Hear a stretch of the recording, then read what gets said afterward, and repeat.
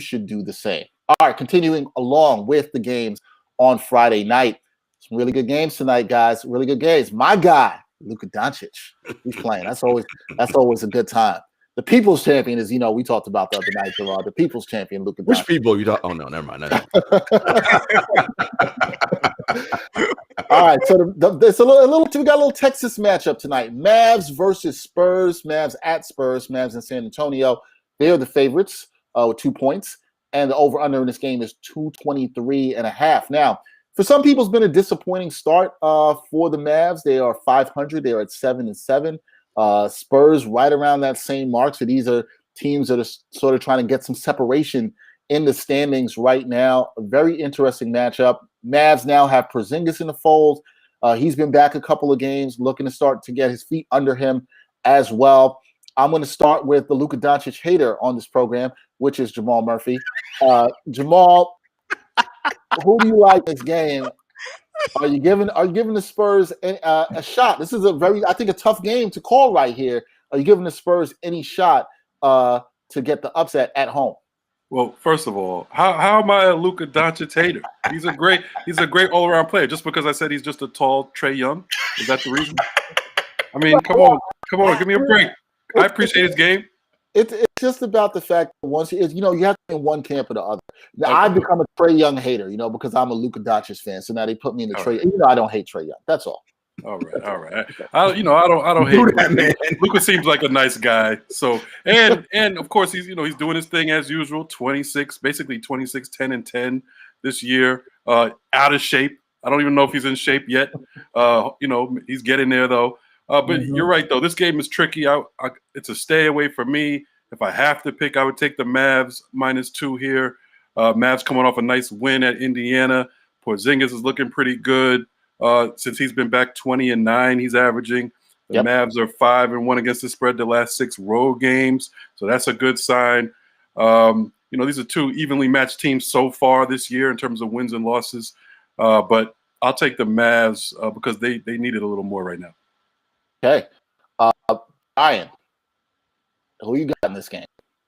Well, first of all, as far as over and under goes, I don't think I'm ever going to take the under in a game that the Dallas Mavericks are in at any point this season. I don't think this is going to happen just because of the way they score the ball offensively. Now, I wish Luka would take a couple less threes per game in favor of some other shot attempts. But, regardless, he's still going to get his numbers, which makes him an attractive bet.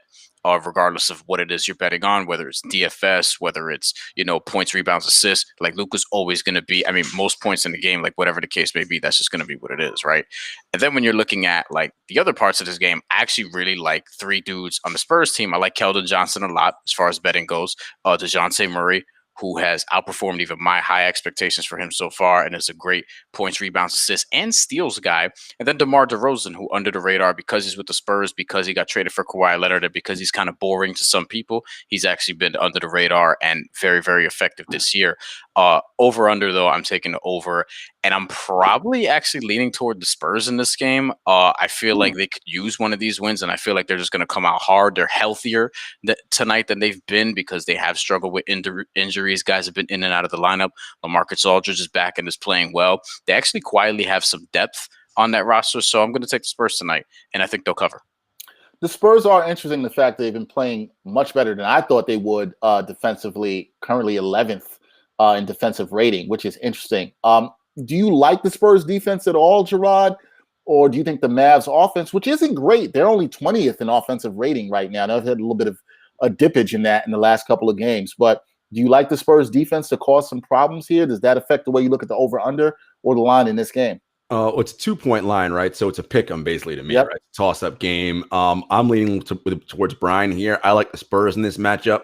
I think the Mavs 6th rated defense and defensive rating is a little bit fool's gold right now. I don't know how good they actually are defensively, and they're going to be missing some people tonight. No Dwight Powell, no Josh Richardson, no Maxi Kleber, I believe. So it's really going to be Luka, Tim Hardaway Jr., Trey Burke, and KP, which is fine. It's a lot of offense, but it's not a whole ton of defense. So I actually kind of like the over here, but I kind of like the Spurs to win this game. And again, of course, anything Luka related.